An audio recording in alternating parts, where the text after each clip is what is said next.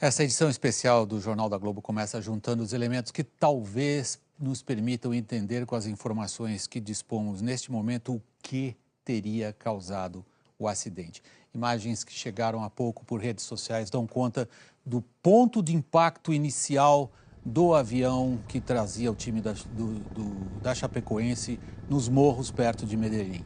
Essas imagens foram feitas provavelmente por um helicóptero militar colombiano, não estão identificadas. Percebam que uma das asas já ficou ali no topo do morro. Vocês que o dia inteiro provavelmente acompanharam imagens feitas bem próximas do local do acidente, vão ter uma surpresa agora. O avião bateu ali e o que a gente viu em todas as fotos é onde os restos acabaram parando. Vocês têm uma ideia da energia que esse impacto envolveu. Esta altitude é um pouco abaixo da altitude que ele devia estar mantendo e é o que nós vamos tentar entender agora. Vamos ver as evidências, como eu disse antes, que estão à nossa disposição para a gente tentar entender o que aconteceu. Vamos estruturar um pouco a nossa análise a partir da máquina, a partir do avião. Este avião é considerado uma boa máquina para o que ele foi desenhado para fazer. Ele não foi desenhado para voar muito longe, levando muita gente em grande altitude. Percebam, pelos números dele, vocês podem imediatamente entender para que esse avião existiu. A velocidade dele não é muito alta para um jato, 555 km/h. A altitude ao qual ele normalmente chega também não é muito alta para um jato, 10.600 metros. O alcance dele, para uma aeronave desse tamanho, é relativamente pequeno, porque, embora ele fosse o avião da família real inglesa, ele era um avião pensado para ser usado em distâncias curtas na Europa. Ele pode ficar no ar e se aproximar, depende de muitos fatores, umas 4 horas e meia até acabar a gasolina nos tanques. E ele tira do chão 43 toneladas. Para que vocês tenham uma ideia, qualquer um desses aviões mais populares em uso no Brasil tira quase o dobro de peso do chão. Vamos ver a rota que esse avião estava fazendo. Ela já foi calculada aqui de acordo com as estradas aéreas, as Airways, e era uma rota de 2.985 quilômetros. Qual era a autonomia dele que vocês leram lá? 3.000 quilômetros, ou seja, 15 quilômetros para uma máquina dessas de diferença não é nada.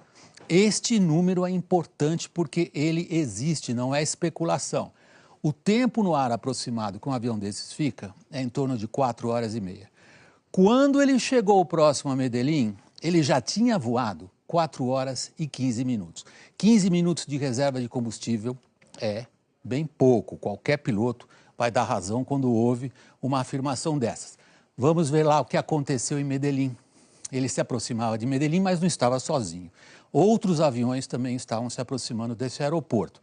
Por este setor aqui vindo do Brasil, o avião que levava o time da Chapecoense, outros 2 aviões que vinham de Bogotá. Agora, interessante é o que aconteceu aqui. Esta aeronave estava voando em direção ao Caribe e o piloto teve um sinal a bordo de vazamento de combustível. O que ele fez? Pediu prioridade para pousar no aeroporto de Medellín. O controlador fez o óbvio, deu a prioridade para ele e colocou os outros, fazendo aquilo que em linguagem aeronáutica se chama espera, órbita. Quem voa muito no Brasil já fez isso várias vezes por causa de tráfego aéreo. Enquanto o aeroporto estava suspenso, se havia um aviso de derramamento de combustível, eles tinham que olhar se a pista não estava contaminada com combustível. Os aviões em espera eram 3. E o avião da Chapecoense, o terceiro na fila. Com isso, provavelmente, o piloto não contou, aumentou o tempo dele. Cada volta dessas dura 4 minutos. Ele já estava na segunda, ele já estava a 8 minutos, a 21 mil pés, que é uma altitude bastante grande para quem vai pousar, esperando a vez dele em silêncio.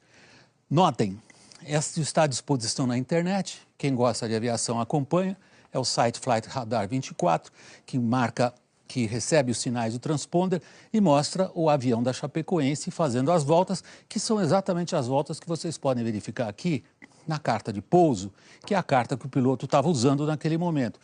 Notem como é perfeitamente simétrico o que ele está fazendo, o que ele está lá. É num desses momentos, e nós preparamos uma representação gráfica esta, que dá a vocês uma ideia da terceira dimensão, como é que o tráfego aéreo procede. Ao terminar a terceira volta, ele declara a emergência ao controlador por dificuldades com combustível. Ele diz ao controlador que ele tem que ser passado na frente, porque ele precisa pousar logo, o combustível vai acabar. Neste momento, ele inicia uma descida muito rápida.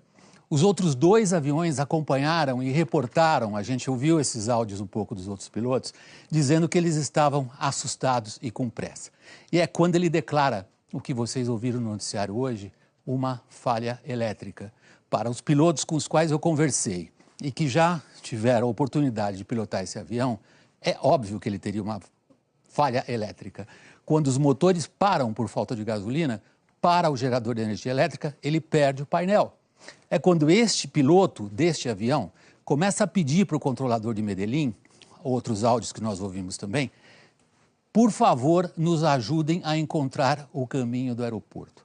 Eles estão às cegas, o avião está descendo rápido, ele está provavelmente sem os motores funcionando e sem saber exatamente onde está a pista. O controlador tinha dado a ele uma altitude mínima, em torno de 10.000 pés. Porém, ele já estava a 9.000 e passando perto de morros que tinham quase aquela altitude.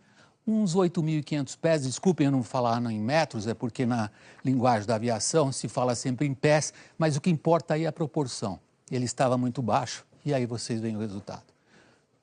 Por muito pouco ele talvez tivesse escapado, a direção de voo dele era mais ou menos para lá, ele deixou a asa direita aqui, provavelmente capotou, e essas, que nesse momento deviam ser em torno de 30 toneladas, trafegando a mais ou menos uns 200 km por hora. Vocês têm ideia da energia e do milagre que é alguns terem conseguido escapar com vida.